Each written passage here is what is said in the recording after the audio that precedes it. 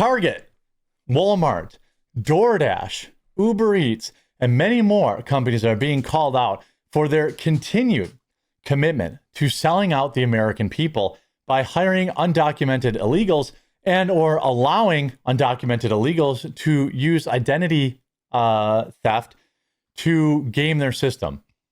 I don't know about you, but almost every single time I get a DoorDash delivery, although it has been a while now since I've, ordered DoorDash, the name says like John or Kelly or Shannon, and it's usually a white person.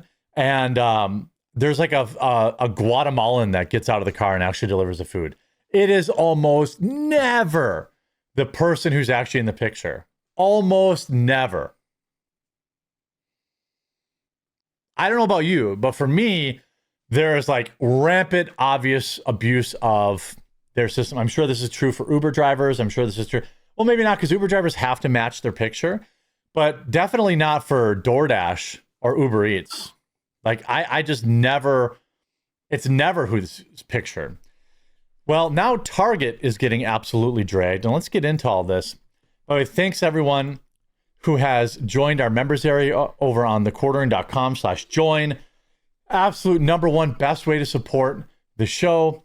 And we could definitely use your support. It's a members only chat room where you can talk directly to me. You don't have to download any apps. You can use it in a web browser and talk directly to me, take part in our contests, and we could really, really use your support today.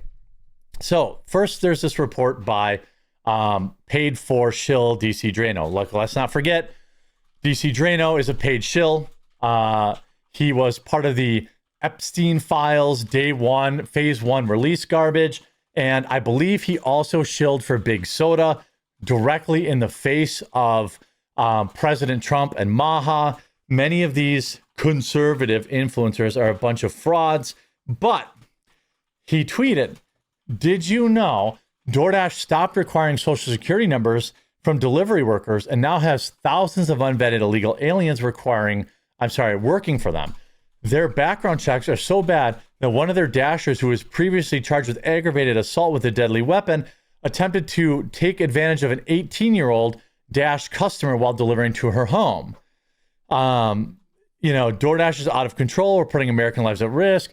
This says, "We are short." Now this company, Culper Research, "We are short on DoorDash, the largest food delivery group in the United States. We believe DoorDash has engaged in a covert multi-year scheme to backdoor unauthorized workers, both at unprecedented scale and unique to Dash. Full report and disclaimers." Now, this is obviously a company that's trying to make money by having their stock go down. So that, let's be clear about what their motivations are. But here is somebody here. Uber support says, "Thanks for waiting. I want to inform you. You need a social security number to make an account on Uber. Can I use ITIN instead of SSN? No, Uber only accepts social security number. Here's DoorDash. To sign up as a Dasher on DoorDash, you do not need a social security number. If you don't have one, you can use your individual taxpayer identification number instead of completing the W-9 form. The ITIN is perfectly valid for tax purposes. So again, they can have illegals." This is from DoorDash support, right? Now, DoorDash responds and says, "Their support is lies. Every Dasher must have a valid social security number to sign up. No exceptions. You cannot sign up with an ITIN. We're going to keep cracking down on account sharing and deactivating those who violate our rules. Everyone who uses your service knows you're lying. Most of them are filthy rats who don't care about the disease you're spreading, but everyone else knows what you're up to." And again, their own chat says you don't need, here you have Brenda S. was to deliver my DoorDash order. When the order arrived, I said to the guy, "Brenda, are you Brenda with DoorDash?" He had no idea who Brenda even was. And here we have, probably an illegal immigrant or illegal migrant DoorDashing. Every single time I get a DoorDash order, it's some foreigner and it's a different, they don't speak English and it's not their account. So this is going to be coming to a head with DoorDash. On top of that, Target just cut 1,800 jobs at their headquarters in America. They also have a 4,000 employee headquarters in Bengaluru, their quote extension of their headquarter. Can you guess which headquarters is growing? Target has a presence in Bengaluru, India, of more than 4,000 people. That's growing. Even though Target lays off 8% of headquarters team, 1,800 roles, well, they sent them to India. All American office jobs are being sent to India. First, it was manufacturing in the 90s, now tech in the 10s, now general office work in the 20s. When will Americans wake up and find a government that actually protects their jobs? We're heading for major economic collapse. I agree with that. Walmart made news earlier saying that they would be suspending H-1Bs. However, look at this. Walmart just went from capped to infinite. By pausing the H-1B hiring, they're not reducing foreign labor. They're shifting from a capped visa to one with no limits. The L1 visa lets corporations transfer unlimited, quote, specialized employees from foreign affiliates into the United States. No lottery, no quota, no $100,000 fee. Walmart owns Flipkart and runs a massive tech hub in India. So the playbook is simple. Pause H-1B visas, expand the overseas team, and then simply bring them over under L1 transfers. Source, Economic Times, and the Times of India in October 2025. It's the same tactic we saw at Target.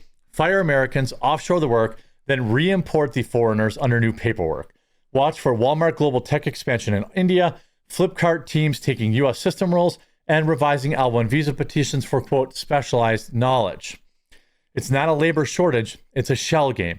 They claim it's due to the new $100,000 H-1B fee, but that's only half of the story. Like Target, Walmart can quietly reroute the same roles through India, where it already owns Flipkart, and they can transfer key people to the U.S. under L1 intercompany visas. It's the same tactic every globalist brand uses. Fire Americans, hire offshore, re-import the same labor under cheaper or quieter visa channels. They're not stopping foreign hiring. They're just moving the shell game. Oops, I just closed my next window. Hold on a second. History recently closed. This one. Yeah. Capital One. Whistleblower discusses Indian H-1B team. He writes that Capital H-1B is firing or laying off all American workers with more than a decade of experience in favor of H-1Bs who are incapable of even doing their jobs. He states that previous Indian director of his development knew absolutely nothing about what his team actually did and had no desire to learn. Half of his team was fired via PIPs, not replaced within our team, just used to justify new hires with other teams in Indian director messages. And Indians bring in more Indians. That's what they do. Here's Toast Inc. Whistleblower working for Toast Inc. This from 16 hours ago. Details how the company has been taken over by Indians. As soon as Indians took over, they canned our payroll director who built the department, sent 550 jobs to India. Now our rates are down and customers beg to speak to someone who speaks English. He adds that he's been with the company for several years and cannot get promoted, nor can any of his white male coworkers. This is just true. This is just true. Again, this is, for years, Americans were, I'm going to keep beating this drum, no matter how controversial and how many Indians report my stuff. I had Indians reporting my Discord for anti-Indian hate for saying that the average IQ in India is 75, but that's true. The average IQ in India is 75. The average IQ of a white American is over 100. America's average IQ is over 100 or close to 100. By the way, up until very recently, the actual medical line for mental retardation was 75 to 85. That, but then they lowered the standards for sensitivity reasons. But not that long ago, every single Indian, the average Indian citizen would have been considered mentally handicapped. But they keep telling me that they can only find these people in India. It's nonsense. There are plenty of low IQ people in America, but they import them from India because they are cheap. Here's the average IQ of a white person in America. These are the people who are being replaced by Indians. Let's just be real. The average IQ is typically cited between 100 and 103. The average IQ of an Indian is 75. 75. The average Indian is like 30%, has a 30% lower ceiling, 25 basis points lower ceiling than your average American, yet they continue to bring them in. Think about that. This is, if I had, where's this? We go Target. Target's America First branding outsourced to India. Target just laid off 1,800 US employees. They have 0 stores in India, yet they built a massive tech and data team in India, sending our data and financial information to India. They sell to Americans, fire Americans, then hire foreign workers in a country they don't even operate in. Yep. This needs to get fixed, and Trump really needs, like, this is going to be a core issue for me next election. Next election, this will be a core issue for me.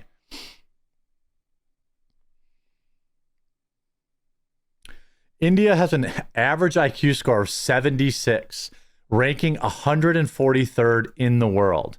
An average IQ score of 76. A few years ago, that would have been you've been mentally handicapped by medical definition. Now they raised it to 85. So they're just or 65. Sorry, lowered it to 65. So they are barely over the line of demarcation for mental illness.